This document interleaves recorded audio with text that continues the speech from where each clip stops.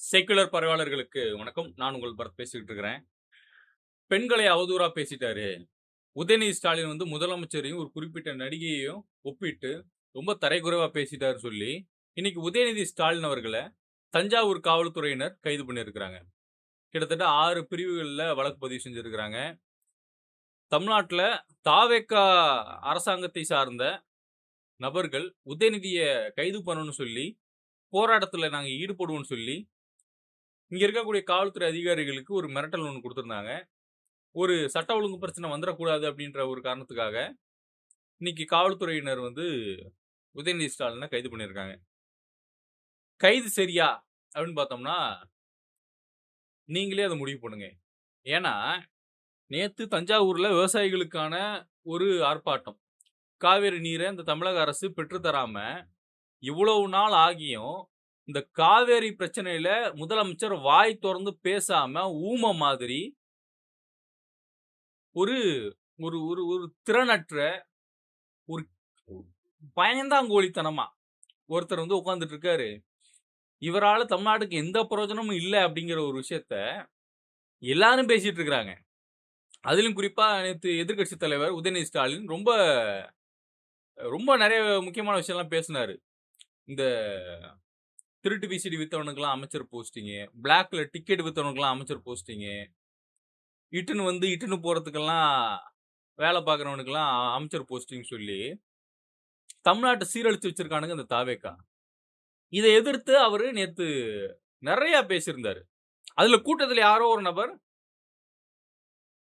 ஒரு சில நடிகையோட பெயர அவரு பயன்படுத்துறாங்க. அந்த சூழல்ல உதயநிதி ஸ்டாலின் அவருடைய பேச்ச கன்டின்யூ பண்ணிட்டு இருக்காரு. அவரு எந்த இடத்துலயும் அவரு வந்து அந்த நடிகைய மென்ஷன் பண்ணி, விஜய மென்ஷன் பண்ணி, எந்த ஒரு தவறான விஷயத்தையும் உதயநிதி வாயிலிருந்து எந்த ஒரு வார்த்தையும் வரல. உதயநிதி அவரோட பேச்ச கன்டின்யூ பண்ணும்போது, இங்க தண்ணி வந்திருக்கணும். ஆனா தண்ணி வரல. எங்க தண்ணி கொண்டு வரணுமோ நீங்க அந்த வேலைய பார்க்கவே இல்லன்னு சொல்லி தான் அவரு மென்ஷன் பண்றாரு. எந்த இடத்துலயும் எந்த ஒரு நடிகையோட பெயரையும் உதயநிதி ஸ்டாலின் மென்ஷன் பண்ணி பேசல. இவனுங்களுக்கு என்ன பிரச்சனைன்னா தாவேகாவுக்கு, நாளைக்கு 5ஆம் தேதி சட்டமன்ற கூட்டத்தொடர் நாளைக்கு நடக்கப் போகுது. அந்த சட்டமன்ற கூட்டத்தொடர்ல பட்ஜெட் வந்து அறிவிக்கப் போறாங்க. அறிவிக்கக்கூடிய இந்த பட்ஜெட்ல எந்த ஒரு குளறுபடியும் வந்துறக்கூடாது. யாரும் எங்கள எதிர்த்து கேள்வி கேட்றக்கூடாது அப்படின்றதுல திட்டமிட்டு இந்த தாவேகா அரசாங்கம் பிளான் பண்ணி இன்னைக்கு உதயநிதி ஸ்டாலின கைது பண்ணிருக்கு. நான் என்ன கேட்கிறேன், இதே உதயநிதி ஸ்டாலின ஒரு நடிகை, 2 நடிகை இல்ல. பல நடிகைகளுடைய பெயர பயன்படுத்தி, அவங்களோட புகைப்படத்த பயன்படுத்தி, அவர் சினிமால கூட நடிச்ச நடிகைகளுடைய இன்டர்வியூஸ் எடுத்து வச்சுக்கிட்டு, எவ்வளவு ஆபாசமா பேசியிருந்தீங்க. ஒரு நடிகைக்காக அவர் பால்டாயில் குடிச்சாருன்னு சொல்லி, எவ்வளவு கேவலமா, தரைகுறைவா இந்த தாவேகா ஐடி விங் பண்ணுச்சு. அ ஏன்? நீங்க பாடநூல் கழக தலைவரா ஒருத்தர உட்கார வச்சிருக்கீங்க லயலாமணி. அவரு பேசாத பேச்சா? அவரு பேசாத பேச்சா? இல்ல இன்னொருத்தன் இருக்கான். எனக்கு அவன் பேர் மறந்து போச்சு. ட்விட்டர்ல உட்கார்ந்து கத்திட்டு இருப்பான். அவனுமே லேடீஸ் மேட்டர்லாம் மாட்டுனவன் தான். இவனுங்கலாம் பேசாத பேச்சா? ஏன் முதலமைச்சர்ன்னு சொல்லி விஜய் வந்ததுக்கு அப்புறம் அவரு பேர் இன்னும் பேசுறாரு. என்ன டேஷ்க்கு, என்ன இதுக்கு, இப்படின்னு பேசிட்டு இருக்க. அந்த அளவுக்கு நேரடியா எந்த ஒரு கெட்ட வார்த்தையும் போட்டு யாரும் பேசலையே. யாரும் அப்படி பண்ணலையே. சட்டமன்றத்துல உட்கார்ந்துகிட்டு உங்க அப்பாவ காணோம்னு சொல்லி வன்மத்த கக்கலையே. யாரும் அந்த மாரிலாம் வன்மத்த கக்கல. பொய் செய்தி ஒண்ணும் பரப்பல யாரும். விஜய் இந்த 2 மாசத்துல தமிழ்நாட்டுக்கு என்ன பண்ணியிருக்காரு? கோட்டு சூட்ட போட்டுக்கிட்டு ஸ்டெப்ஸ்ல ஏறி இறங்குறது. வண்டிய எடுத்துட்டு ஊர் சுத்துறது. இத தவிர விஜய் பண்ண சாதனைன்னு ஒண்ணே ஒண்ணு சொல்றா. ஒரு விஷயம் விஜய் இத பண்ணிட்டாருன்னு ஒரு விஷயம் சொல்லு. கர்நாடகாவுல மழை பெய்யுது. அவன் உபரி தண்ணிய நமக்கு குடுக்குறான். உபரினா என்ன? வேஸ்ட். அவனால சேமிக்க முடியாத தண்ணிய, மிச்ச மீதிய நமக்கு தூக்கி குடுக்குறான். அது அவனா வாண்டடா குடுக்கல. அந்த டேம் உடைஞ்சிற போகுதுங்கிறதுக்காக அவன் குடுக்குறான். என்னமோ விஜயால தான் அது விஜய் போகாமலே இது நடந்துருச்சு. விஜயால தான் இது நடந்துச்சு. விஜய்க்கு இயற்கையே துணை நிக்குது. இப்படிலாம் ஏன்டா பேசிட்டு இருந்தீங்க? அ? வந்த 2 மாசத்துல 5 லாக்அப் டெத்ரா. தாவேகா அரசாங்கத்துல 5 lockup death. 40 POCSO case. 40 POCSO case பதிவாயிருக்கு. 5 லாக்அப் டெத் நடந்திருக்கு. அரசு மருத்துவமனையில வைத்தியம் பார்க்க போன நபர்கள் நெறைய பேரு. கிட்டத்தட்ட எண்ணிக்கைய மொத்தமா எடுத்தோம்னா, அரசு மருத்துவமனை, தனியார் மருத்துவமனை இதெல்லாம் எடுத்தோம்னா, ஒரு 12 பேர் கிட்ட செத்து போய் வெளில வந்திருக்காங்க. பூனமா வெளில வந்திருக்காங்க. தவறான சிகிச்சை குடுக்கப்பட்டிருக்கு. மெடிக்கல் கிரைம் தானே நடந்திருக்கு. கிட்டத்தட்ட 300 கிட்ட பாலியல் குற்ற வழக்கு 300 கிட்ட பதிவாயிருக்கு. அதுல தாவேகா கட்சிக்காரன். ஏன் இப்ப கூட அமைச்சர் ஆயிட்டு, இப்ப கூட சட்டமன்ற உறுப்பினர் ஆனதுக்கு அப்புறம் கூட, பிளாக்ல அது பேர் என்ன லாட்டரி சீட்டு விக்கிற நாதாரிலாம் இருக்கிறான். உங்க அமைச்சரவையில, உங்களுடைய சட்டமன்றத்துல, உங்களுடைய சட்டமன்ற உறுப்பினரு பிளாக்ல லாட்டரி சீட்டு விக்கிறவன்லாம் இருக்கிறான். உங்க தாவேகா கட்சியில பெண்கள் பாலியல் ரீதியா எவ்வளவு பாதிக்கப்படுறாங்க. எவ்வளவு ஒரு பொண்ணு கதறுது. இந்த மாதிரி என்னைய 2 பேரு தம்பின்னு நெனச்சேன். கூட்டிட்டு போய் சீரழிச்சுட்டானுங்க. நான் போய் எம்எல்ஏ சரவணன்ட்ட சொல்லுவேன்னு சொன்னேன். கூட்டிட்டு வர சொன்னது அவர்தான் சொல்லி சொன்னாங்கன்னு சொல்லி, அந்த ஒரு பொண்ணு, ஒரு அம்மா கதறுனுச்சு. எவனுமே அத பத்தி கண்டுக்கவே இல்ல. கண்டுக்கவே இல்ல. இன்னொருத்தன் வேம்புலி.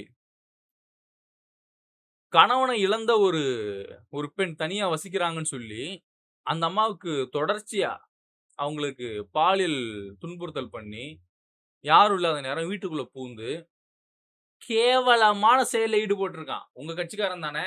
இந்த கள்ளக்குறிச்சி சைடோ எங்கேயோ நெனைக்கிறேன். ஒரு மாவட்ட செயலாளர் ஒருத்தன், தாவேகாவுல. அவன் பதவி வாங்கி குடுக்குறேன், கட்சியில உனக்கு போஸ்டிங் வாங்கி குடுக்குறேன்னு சொல்லி, ஒரு பெண் பிள்ளையுடைய தாய ரொம்ப அபியூஸா அவன் வந்து யூஸ் பண்ணியிருக்கான். அபியூஸ் பண்ணியிருக்கான் லிட்டரலா அந்த அம்மாவ. அது மட்டும் இல்லாம, அந்த அம்மாவுடைய குழந்தைய பத்தியும் காட்ட சொல்லியிருக்கான். இத்தனைக்கும் அந்த குழந்தை வந்து சின்ன புள்ள. குழந்தை. கேவலமா இல்ல? அவன் மேல இப்ப வரைக்கும் நடவடிக்கை எடுக்க முடியாம, இந்த காவல்துறை இருந்துகிட்டு இருக்கிறீங்க. இந்த அரசாங்கம் இருந்துகிட்டு இருக்கு. நீங்கலாம் பேசுறீங்க. எனக்கு என்ன புரியலன்னா, அந்த பெண் போராளிகள், இந்த குஷ்பு மாதிரியான ஆட்கள்லாம், இப்ப கிளம்பி வந்து உட்காந்துக்கிட்டு, இவ்ளோ சீப்பா உதயநிதி பேசியிருக்க கூடாது, அப்படின்னு பேசிட்டு இருக்காங்க. நான் என்ன கேட்கிறேன், அது பேசுறதுக்கான தகுதி உங்களுக்கு இருக்கா மேடம்? திமுக தரப்புல இருந்து பேச்சாளர்ன்ற போர்வையில உங்கள பத்தி பேசினப்ப, உங்களுக்கு குரல் குடுத்து நாங்கலாம் நின்னு பேசணும். அவன தூக்கி உள்ள போடுங்க, அவன் பண்ணது தப்புன்னு சொல்லி உங்களுக்காக பேசணும். ஆனா இன்னைக்கு நீங்க, உங்க மனசாட்சிப்படி பேசாம, நீங்க விஜய்க்கு வக்காலத்து வாங்கிட்டு நீங்க வந்து பேசுறீங்க. உதயநிதி எந்த இடத்துலயாவது அந்த நடிகையுடைய பெயரை யூஸ் பண்ணாரா? இல்ல. விஜயோடைய பெயர குறிப்பிட்டு வேற ஒரு நடிகைக்கு தொடர்புன்னு ஏதாவது சொன்னாரா? இல்ல. அப்புறம் எப்படி நீங்க வந்து இப்ப வெரி சீப் அப்படின்னு நீங்க எப்படி பேசுறீங்க? என்ன நீங்க சீப்பா பார்த்துட்டீங்க? ஏன் உதயநிதிய ஒரு குறிப்பிட்ட நடிகை, சில நடிகைகள் வரிசையா அவங்கள மென்ஷன் பண்ணி பேசும்போதெல்லாம் நீங்க என்ன பண்ணிக்கிருந்தீங்க? என்ன பண்ணிக்கிருந்தீங்க? இது தான்டா ஒன் சைடுன்றேன். இதுதான் ஒன் சைடு. இன்னைக்கு உதயநிதிய கைது பண்ணியிருக்கிறதுக்கு காரணம் 2டே 2 தான். 1 ஃபியூச்சர்ல உதயநிதி அரெஸ்ட் ஆனதுக்கு காரணம் விஜய் தான் அப்படின்ற பேரு நிக்கணுங்கிறது ஒரு காரணம். 2 நாளைக்கு சட்டமன்ற கூட்டத்தொடர் நடக்க போகுது. அங்க நம்மளுடைய பட்ஜெட்டுக்கு எதிரா யாரும் எந்த கேள்வியும் கேட்டுறக்கூடாதுங்கிறதுக்காக, தாவேகா அரசாங்கம் அசிங்கப்படக்கூடாதுங்கிறதுக்காக, இன்னைக்கு அவசரமா இன்னைக்கு உதயநிதிய கைது பண்ணியிருக்கிறீங்க. தப்பா பேசியிருந்தாருன்னா தப்பு. நானே ஒத்துக்கிறேன். அவரு வாயிலிருந்து வார்த்தை வரவே இல்லையே. எதன் அடிப்படையில 6 பிரிவு போட்டிருக்கிறீங்க? என்ன ரீசன்? 6 பிரிவுக்கு என்ன ரீசன் சொல்லுங்க? எதுவுமே இல்ல. வன்மம் மட்டும்தான். வன்மம் மட்டும்தான். அந்த சைடு அதிமுகவ அடியோட அழிக்கணும்னு சொல்லி, அதிமுகல இருக்கக்கூடிய பச்சோந்தி சார்ந்த நபர்கள நீங்க உள்ள இழுத்துக்கிட்டு இருக்கிறீங்க. உங்க கட்சியில இழுத்துக்கிட்டு இருக்கிறீங்க. அதிலும் பல பேரு வெக்கங்கெட்டு விஜயபாஸ்கர் மாதிரியான வெக்கங்கெட்ட பயலுக, இங்கேருந்து போய் அமைச்சர் பதவி அளவுக்கு இருந்த ஒரு நபர். சரியா? மிகப்பெரிய ஒரு அந்தஸ்துல இருந்த ஒரு நபர் விஜயபாஸ்கர். இன்னைக்கு அந்த விஜயபாஸ்கர்லாம் தாவேகாவுடைய அடிவருடியா போய் நின்னுகிட்டு இருக்காரு. பர்வேஸுக்கு பின்னாடியே சுத்திட்டு இருக்காரு. அந்த மாரி ஒண்ணும் திமுகலருந்து யாரும் போகவே இல்லையே. அந்த மாரி யாரும் எதுவும் பண்ணலையே. அராஜகம் பண்றீங்க. ஆனா ஒண்ணே ஒண்ணு சொல்லிக்கிறேன். இந்த கைது அப்படின்றது உதயநிதிக்கு ஒரு மிகப்பெரிய ஒரு எழுச்சி. இந்த கைது அப்படின்றது விஜய்க்கு ஒரு மிகப்பெரிய ஒரு வீழ்ச்சி. அதுல மாற்று கருத்தே இல்ல. தப்பு மேல தப்பு பண்ணிக்கிட்டே இருக்கீங்க தாவேகா. உங்க ஆட்சியில நடக்கக்கூடிய குற்ற சம்பவங்கள பத்தி எவன் பேசினாலும் கைது பண்ற. இந்த தமிழ் பொக்கிஷம் மாதிரியான ஆட்கள்லாம் நேத்து ஒரு வீடியோ பார்க்குறேன். அவன்லாம் சோத்துல உப்பு தான் போட்டு திங்கிறாங்களான்னு எனக்கு தெரியல. மனசாட்சியே இல்லாம பேசுறாய்ங்க. கேள்வி கேட்டதுக்காக இங்க யாரையும் கைது பண்ணவே இல்லையாம். அவதூறு பரப்புவதற்காக தான் இங்க வந்து கைது பண்றாங்களாம். இந்திராணின்னு சொல்லி ஏடிஎம்கே உடைய ஒரு பெண்ண கைது பண்ணீங்கல்ல, ஒரு நிர்வாகி, பெண் நிர்வாகிய. ஏன் கைது பண்ணாங்க? அந்த அம்மா கேள்வி தான் கேட்டிருந்தது. அந்த அம்மா யாரோ ரெடி பண்ண ஒரு போஸ்டர எடுத்து வச்சுக்கிட்டு, அந்த அம்மா அரசாங்கத்த பார்த்து கேள்வி தான் கேட்டிருந்தது. ரமேஷ் அமைச்சர் வந்து அயோக்கிய பய, திருட்டு பய, ஃபோர்ஜரி பய அப்படின்லாம் அவங்க எதுவும் மென்ஷன் பண்ணல. நானும் அந்த மாதிரிலாம் எதுவும் மென்ஷன் பண்ணல. கேள்வி தான் கேட்டிருந்தாங்க. கேள்வி கேட்டது கைது. தமிழ் பொக்கிஷம் விக்கி எல்லாம் இதுவரைக்கும் தமிழ்நாட்டுல நடந்த எந்த ஒரு குற்ற சம்பவத்துக்கும் வாய் தொறந்து பேசவே இல்ல. வாய மூடிக்கிட்டு உட்கார்ந்துட்டு இருக்காரு. இதே லாக்அப் டெத் நடக்குதுன்னா, அது அதிகாரிகளுடைய பிரச்சனை. அதே போன ஆட்சியில நடந்தா, அது ஆட்சியாளர்கள் பிரச்சனை. என்னடா யப்பா! 2, 3 பெண்கள் தாவேக்காவுல, இவங்களால நாங்க சீரழிஞ்சு போயிட்டோம். எங்கள சீரழிச்சுட்டாங்கன்னு சொல்லி, தொடர்ச்சியா அவங்க வந்து இருக்கக்கூடிய எல்லா யூடியூப் சேனல்லயும் அவங்க வந்து பேசிக்கிட்டு இருந்தாங்க. ஏன்னா மெயின் ஸ்ட்ரீம் ஊடகம்லாம் எதுவும் கவர் பண்ணல. நாதி எத்துன்னு நின்னாங்க அந்த பெண்கள். அவங்கள இன்னைக்கு தாவேகா அரசாங்கம் அவங்கள நீதிய வாங்கி குடுத்துருச்சா? குடுத்துருச்சா?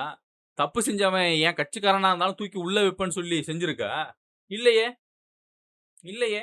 அந்த வேம்புலி அப்படின்ற அந்த அந்த அந்த எச்சக்கல பொறுக்கி நாயி, அது அவன் மேல ஒரு குற்ற சம்பவம் நடக்குது. ஒரு ஒரு தனியா ஒரு பெண் வீட்ல இருக்கிறாங்க. கணவனை இழந்த ஒரு பெண் வீட்ல இருக்காங்க. அத்துமீறுறான். அதுக்கப்புறம் செய்தி பெருசாவுது. டக்குன்னு பார்த்தா ஒரு 2 வாரம் கழிச்சு அவன் தாவேகாவுடைய நிகழ்ச்சியில அவன் கலந்துக்கிறான். கலந்துக்கிறான்.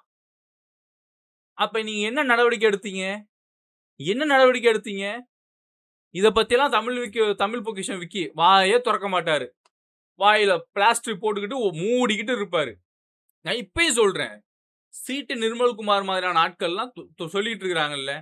கரண்ட் போறதுக்கு காரணம் திமுக தான். பீஸ்கேரல் அவங்க தான் புடுங்கி விடுறாங்க. இவங்க தான் அத பண்றாங்க, இத பண்றாங்கன்னு அவதூறு தான் சீட்டு நிர்மல்குமார் வந்து முன்வைக்கிறாரு தவிர, ஆதாரப்பூர்வமா இதுவரை எதுவுமே அவர் முன்வைக்கல. நீ அதுக்கு முட்டு குடுத்து பேசிட்டு இருக்கிற. காவேரி பிரச்சனை நடந்துகிட்டு இருக்கு. தமிழ் பொக்கிஷம் விக்கி, இப்ப பேசு நீ. ஏன் தாவேகா அரசாங்கம் காங்கிரஸ தானே கூட்டணியில வச்சுட்டு இருக்கிறீங்க? ஏன் நீங்க அவங்கள கொஞ்சம் வலியுறுத்தி கேட்க சொல்ல வேண்டியதானே? ஏன் அங்கேயும் கர்நாடகால இப்ப காங்கிரஸ் தானே ரூலிங்ல இருக்கு. நீங்க அவங்க கிட்ட போய் பேச வேண்டியதானே? நீ எங்க ஒரு வார்த்தை நீ தாவேகா எதிர்த்து பேசிரு பார்ப்போம். பொய்யா எதுவும் பேச வேணாம். நடைமுறைய எடுத்து பேசிரு பார்ப்போம். பேச மாட்ட. பேச மாட்ட. உங்கள எதிர்த்து நாங்க கேள்வி கேட்டா, எங்களெல்லாம் நீங்க வந்து ஆன்டி இந்தியன் முத்திர குத்துறீங்க. அப்புறம் உங்கள சங்கின்னு சொல்லாம வேற என்னன்னு சொல்லுவாங்க? நாங்கலாம் நாட்டுக்கு எதிரானவர்கள். அப்படி நீங்க தான் முத்திர குத்துறீங்க.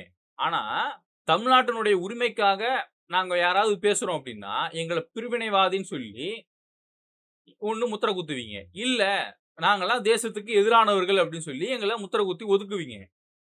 நாங்க பதிலுக்கு போடா சங்கின்னு சொன்னா, உங்களுக்கெல்லாம் வலிக்குது. உங்களுக்கெல்லாம் வலிக்குது.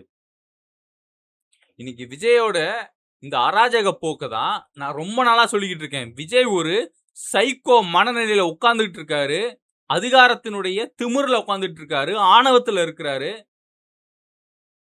சர்வாதிகார போக்குல அவர் செயல்பட்டுட்டு இருக்காரு. இது இந்த நாட்டுக்கு நல்லது இல்லைன்னு நான் ஆரம்பத்துல இருந்து சொல்லிக்கிட்டு இருக்கிறேன். இதெல்லாம் அராஜகம். இதெல்லாம் அராஜகம். எங்களுக்கு வந்தா தக்காளி சட்னி, உங்களுக்கு வந்தா ரத்தம் அப்படின்ற கான்செப்ட்லாம் தப்பு. இதுல தாவேகாக்காரன் எவனாவது ஒருத்தன் காவேரி பிரச்சனைக்கு குரல் கொடுத்து எவனாவது போராட்டம் பண்ணி பார்த்திருக்கீங்களா? இல்ல. மக்கள் பிரச்சனை எதுக்காவது குரல் கொடுத்து போராட்டம் பண்ணியிருக்கீங்களா? இல்ல. இப்ப பட்டினப்பாக்கத்துல நேத்தெல்லாம் மீனவர்கள் தொடர்ச்சியா போராட்டம். எதுக்கு? எங்களுடைய நிலத்த எங்க பேர்ல பட்டா போட்டு குடுங்க. இல்லன்னா நீங்க கண்டிப்பா எங்களெல்லாம் விரட்டி விட்டுருவீங்க. அப்படின்னு சொல்லி இறங்கி போராட்டம் பண்றாங்க. அதுவும் அவங்க நம்ம மயிலாப்பூர் ஒரு அமைச்சர் ஒருத்தர் இருக்காரு. அவர மென்ஷன் பண்ணி சொல்றாங்க. அவர்கிட்ட கொண்டு போய் இந்த மாரி எங்களுக்கு ஏதாவது செஞ்சு குடுங்கன்னு சொன்னா, அவரு கண்டுக்கவே மாட்றாரு, மதிக்க மாட்றாருன்னு சொல்லி அந்த மீனவர்கள் போராட்டம். இத பத்தி தமிழ் பொக்கிஷம் விக்கி ஏதாவது வாய தொறந்து பேசியிருக்கானா? அவன மாரியான ஆட்கள் யாராவது பேசியிருக்காங்களா? நான் ஏன் அவன் இவன்னு சொல்றேன்னா, அவரு அந்த மாரி பேசும்போது நமக்கும் அந்த மாரி தான் வருது. அது ஒண்ணும் தப்பு இல்ல. சரியா? சம்பவம் நடந்துட்டு இருக்கு. விவசாயிகள் தொடர்ச்சியா போராட்டம். தமிழ் பொக்கிஷம் விக்கியோடைய சேனல்ல ஏதாவது இந்த மாதிரியான செய்திகள் எதுவும் இருக்கா? இல்ல தாவேக்காரன் இதுக்கு ஏதாவது ஆதரவு தெரிவிச்சு அந்த மக்களோட போய் நின்றுருக்கானா? இல்ல. விவசாய சங்க தலைவர வீட்டு காவல்ல தூக்கி வைக்கிறது இந்த காவல்துறை அதிகாரிகள் வைக்கிறாங்க. இத பத்தி தமிழ் பொக்கிஷம் விக்கி ஏதாவது பேசியிருக்காப்டியா? இல்ல. தாவேக்கா கட்சிக்காரன் ஏதாவது பேசியிருக்கானா? இல்ல. எத பத்தியும் பேச காணோம். நீட் பிரச்சனை வந்தது. நீட் பிரச்சனை வந்தது.